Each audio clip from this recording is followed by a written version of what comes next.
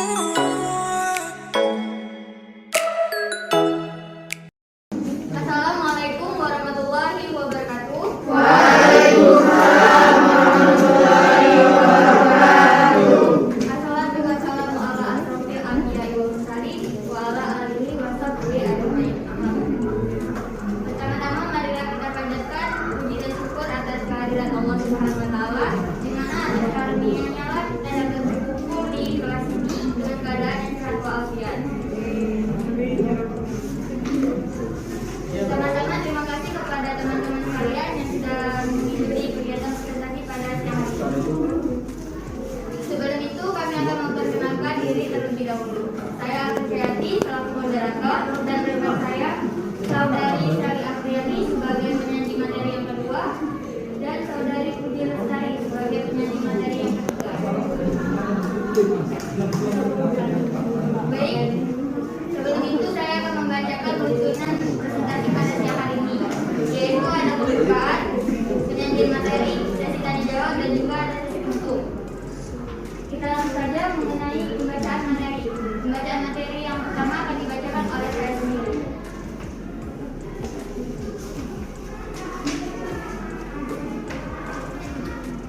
Ya, pada presentasi pada siang hari ini kita akan membahas tentang aspek keuangan. Apa sih itu aspek keuangan? Bagi teman-teman ada yang tahu apa itu aspek keuangan?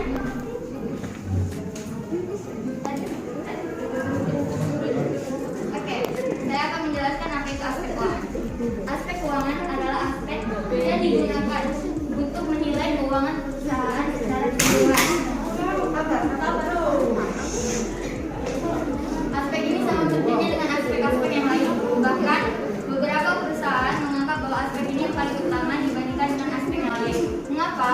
Karena dengan aspek inilah yang paling utama untuk dianalisis, karena sudah tergambar jelas hal-hal yang berkaitan dengan keuntungan perusahaan, sehingga penting untuk diteliti kelayakannya.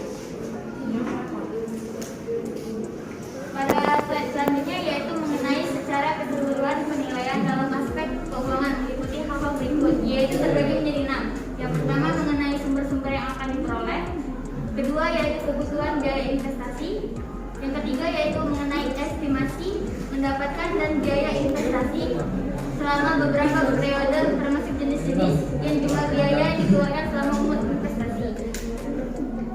Yang keempat yaitu mengenai proyeksi neraca dan laporan laba rugi untuk beberapa periode ke depan. Kelima yaitu kriteria penilaian investasi, dan yang terakhir yaitu ada rasio keuangan yang digunakan untuk tiga, yaitu biaya prainvestasi yang terbagi menjadi dua, yaitu biaya pembuatan studi dan juga biaya pengurusan izin-izin.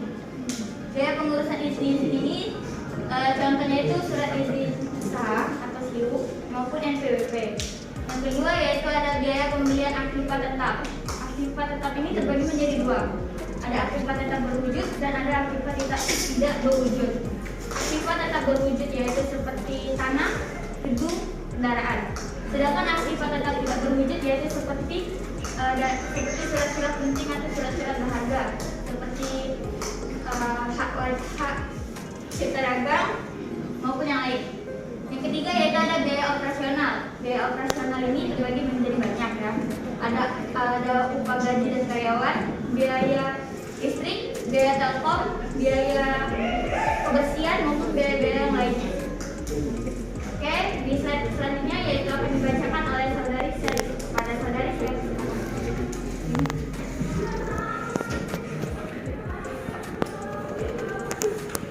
Baik, selanjutnya D, arus kas atau cash flow. Cash flow merupakan arus kas atau aliran kas yang ada di perusahaan dalam suatu periode tertentu.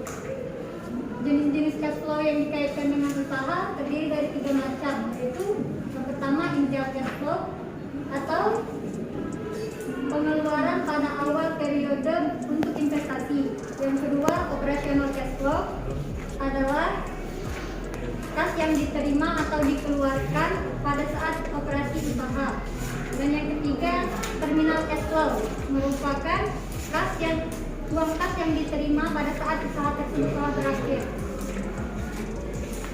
Selanjutnya E, kriteria penilaian investasi. Kriteria sangat tergantung dari kebutuhan masing-masing perusahaan dan metode mana yang akan digunakan.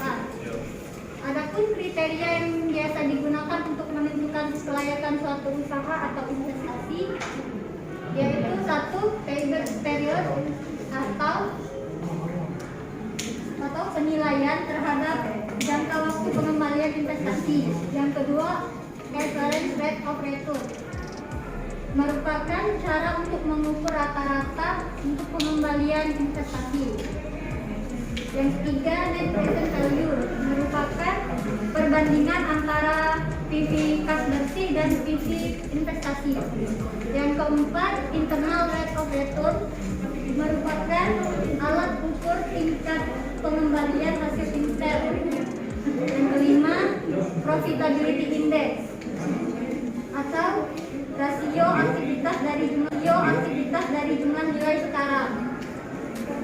Yang keenam, berbagai rasio keuangan seperti rasio likuiditas, solvabilitas, aktivitas, dan probabilitas. Rasio keuangan. Alat analisis keuangan perusahaan untuk menilai kinerja suatu perusahaan berdasarkan perbandingan data keuangan yang terdapat pada pos laporan keuangan. Pihak-pihak yang berkepentingan terhadap laporan keuangan perusahaan ada 5. Pertama, kreditur, pemegang saham, pemerintah, manajemen, dan karyawan. Jenis-jenis laporan keuangan ada neraca, laporan laba rugi, laporan arus kas, dan laporan perubahan modal. Bentuk-bentuk laporan keuangan. Yang pertama, laporan keuangan neraca terbagi menjadi tiga macam, yaitu yang pertama bentuk kontrol atau horizontal. Neraca bentuk ini seperti huruf T, di mana sisi aktiva di sebelah kanan dan pasiva di sebelah kiri. Dan yang kedua, bentuk laporan atau vertikal. Yang ketiga, bentuk lainnya. Bentuk-bentuk laporan laba rugi terbagi menjadi 2, yaitu bentuk laporan tunggal atau single step system.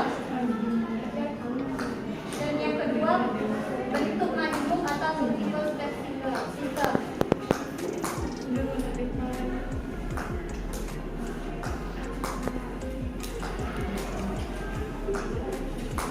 Baik, pembacaan materi selanjutnya yang akan dibacakan oleh saudari Suri. Kepada saudari saya persilakan.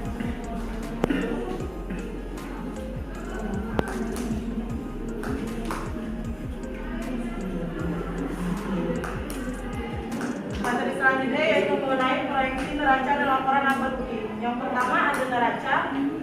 Untuk pengertian neraca itu sendiri adalah laporan keuangan yang menunjukkan posisi harta, utang, dan modal perusahaan pada saat tertentu. Artinya neraca dapat digunakan untuk mengetahui kondisi keuangan perusahaan dalam waktu tertentu di setiap saat dibutuhkan. Adapun komponen-komponen harta yang tergambar di posisi aktiva adalah sebagai berikut. Yang pertama ada aktiva lancar yang terdiri dari kas, rekening pada bank, deposito berjangka, surat-surat berharga, dan aktiva lancar lainnya. Yang kedua ada penyertaan. Yang ketiga ada aktiva tetap. Untuk aktiva tetap terdiri dari 2 bagian. Yang pertama ada aktiva tetap berwujud dan aktiva tetap lainnya. Untuk aktiva tetap tak berwujud terdiri dari hak cipta, lisensi, dan lain dagang. Dan yang terakhir ada aktiva lainnya yang terdiri dari ilmu dalam proses, tanah dalam penyelesaian, dan komunikasi investasi.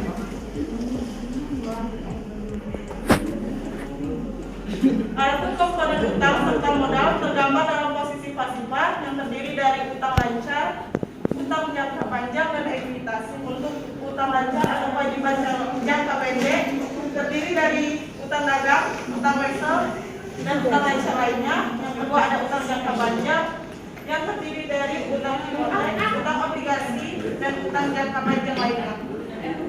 Yang ketiga ada ekuitas yang terdiri dari modal saham, laba ditahan, dan modal sumbangan.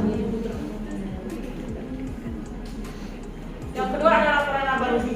Untuk laporan laba rugi adalah laporan yang menunjukkan jumlah pendapatan yang diperoleh dan biaya-biaya yang dikeluarkan dalam suatu periode tertentu.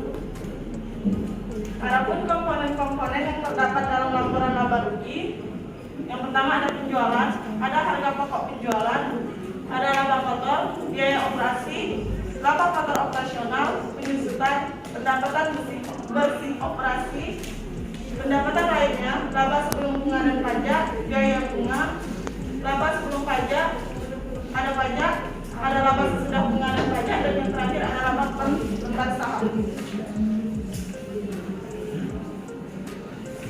Selanjutnya ada pengukuran dengan rasio keuangan.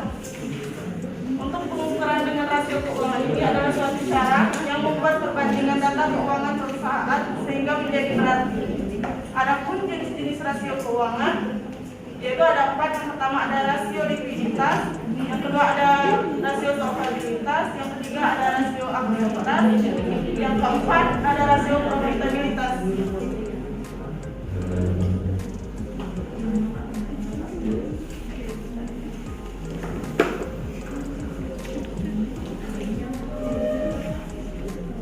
Yang pertama ada rasio likuiditas. Untuk rasio likuiditas ini digunakan untuk mengukur seberapa likuid suatu perusahaan. Caranya dengan membandingkan seluruh komponen yang ada di aktiva lancar dengan komponen yang ada di pasifa lancar. Yang kedua ada leverage ratio atau rasio solvabilitas. Rasio ini digunakan untuk mengukur sejauh mana aktivitas perusahaan digunakan. Yang ketiga ada rasio aktivitas. Rasio ini digunakan untuk mengukur tingkat efisiensi pemanfaatan sumber daya perusahaan seperti persediaan, penjualan, penagihan utang dan lainnya. Dan yang terakhir ada rasio profitabilitas. Untuk rasio ini digunakan untuk menilai kemampuan perusahaan dalam menentukan keuntungan. Mungkin itu saja penjelasan dari saya. Selanjutnya saya kembalikan kepada saudara.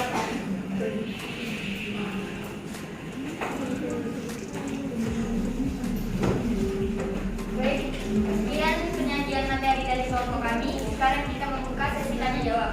Bagi teman-teman yang ingin bertanya, kami persilakan.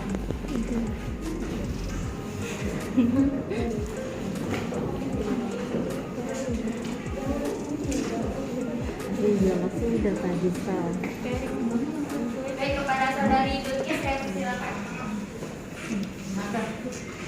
Terima kasih kepada kelompok. Nama saya Siti Jutis dari kelompok. Pertanyaan saya, mengapa dengan menggunakan modal sendiri itu relatif lebih sulit dibanding modal asing? Walaupun jika suatu perusahaan berani meminjam modal asing akan dikenakan bunga dan akan membengkaknya lewat tempo. Terima kasih.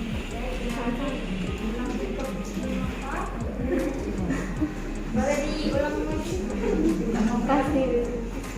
Nah, kertasnya.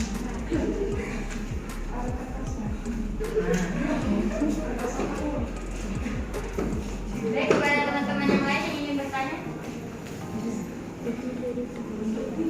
Pada Putri Nurul, saya persilakan.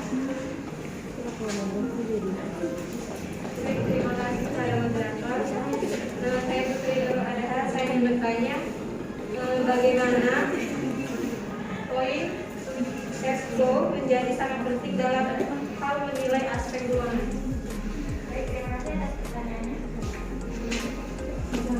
Baik, untuk pertanyaan yang terakhir. Oke, kepada saudari Ririn, saya persilakan. Terima kasih pada kelompok 4.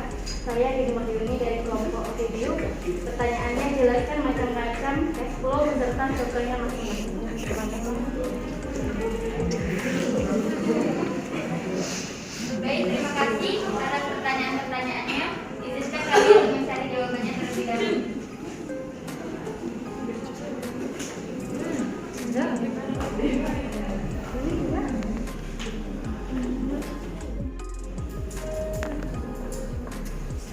Pertanyaannya, mengapa dengan menggunakan modal sendiri itu lebih sulit dibandingkan modal asing?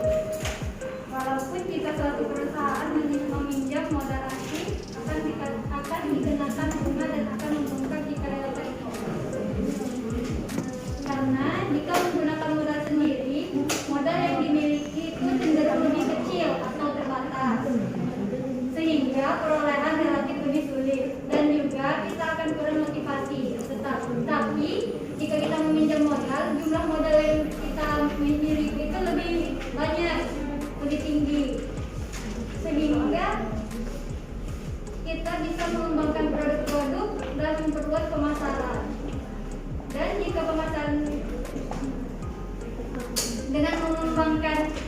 dengan memperluas pemasaran, produk kita tuh makin banyak tersebar dan pemasaran terus meningkat, otomatis juga pendapatan juga meningkat dan perusahaan tidak akan mengalami penunggakan bunga pinjaman. Kepada saudari Bilkis, apakah jawabannya sudah jelas?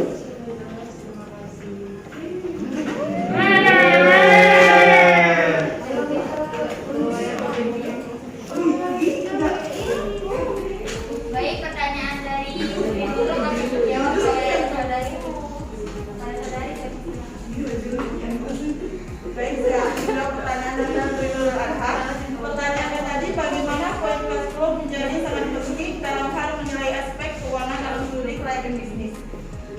Poin cash flow menjadi sangat penting karena ia menggambarkan berapa uang yang masuk dan berapa uang yang keluar dalam suatu periode sebuah usaha berjalan, sehingga memudahkan seseorang atau perusahaan untuk menyusun laporan arus kas dan juga memudahkan seseorang atau perusahaan untuk menghitung jumlah uang yang dihasilkan dan dikonsumsi. Kepada saudari Putri Nurul, apakah jawabannya sudah jelas? Kepada teman-teman, apakah ada yang ingin menambahkan atau menyanggah dari jawaban ini?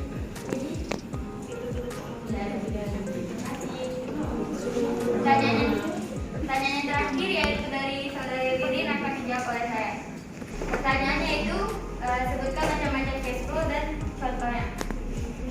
Cash flow sendiri terbagi menjadi 3, yaitu ada initial cash flow atau